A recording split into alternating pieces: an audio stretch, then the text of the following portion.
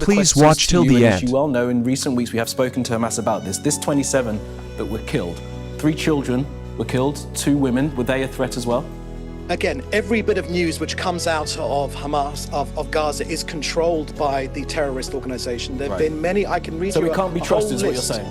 No, I'm not. I'm saying that you need to verify. Do your jobs, We'd media. love to, David, we would are not love, preventing David, Gazans from accessing as you know, David, and as aid. you and I have spoken about before, we would love to verify this, but international journalists are not allowed into Gaza, are they? Why not?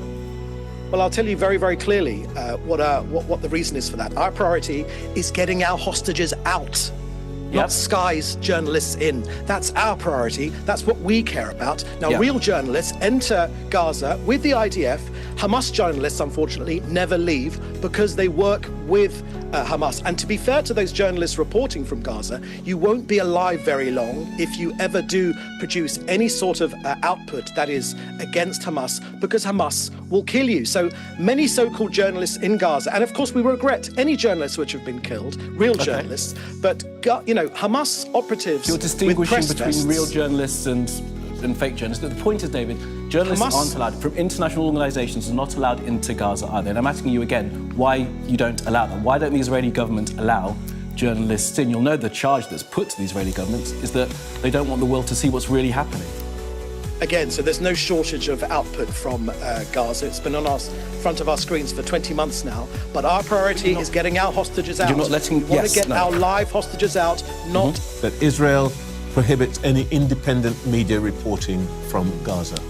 Oh, it's very simple. I mean, we cannot take the responsibility. This is a war zone, and it's already a very, very difficult scene in a very urban, dense combatants with many tunnels. There's an underground city. Can we afford some journalists to be kidnapped by Hamas, and then Israel will have the responsibility to release them?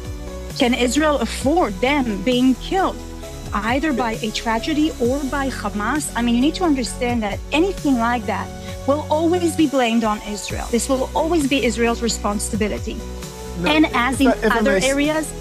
And if I may say so, many of my colleagues and I myself have reported for many years from war zones where things can happen to you. We take that risk because we are professionals. That's our job. Nobody blames Israel. Why will Israel not allow independent media reporting from Gaza? Well, I have to say, you know, even with the war in Ukraine, you can go into Ukraine and report. This is a very, very large territory.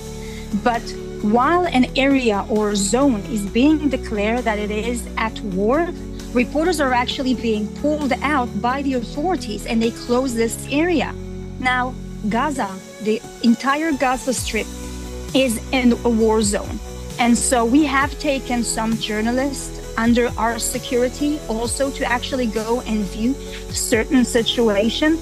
But unfortunately, you know, and I understand that in many other cases and in many other conflict areas, journalists might be able to go into certain areas, but the fact is that Israel is constantly being singled out. Israel being blamed for many actions, not at her fault as well. And so you must know that if anything happened to these reporters, even when it's not... Press into the Gaza Strip. This is a war zone, and in any zone, I covered Kosovo war, I covered Iraq war, I covered Afghanistan war. There were restrictions, and you should know it as well. You know it better than me. So I've been in this line for 20 years. I've covered the war in Afghanistan for about 15 years. You? Yes. Good. I've covered Syria, Israel, and Palestine for many years. I've been to Ukraine.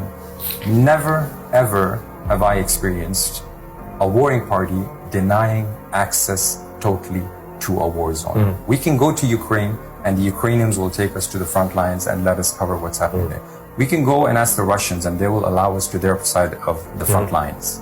Why is the Israeli government not allowing international press into the Gaza Strip?